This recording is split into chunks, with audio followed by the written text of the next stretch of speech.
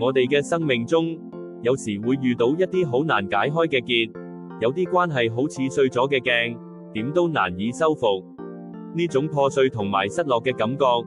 往往令人心痛不已，渴望可以重新修補，再次得到完整。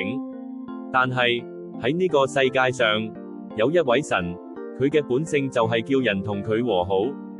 佢唔會放棄任何一個生命。正如聖經撒母耳記下第14章14節好清楚咁講，想出辦法使滅亡嘅人唔至永遠被遺棄。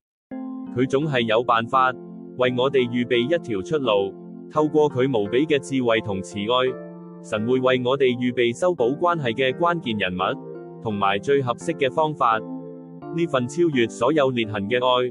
帶嚟真正嘅醫治、豐盛嘅生命同埋無盡嘅希望。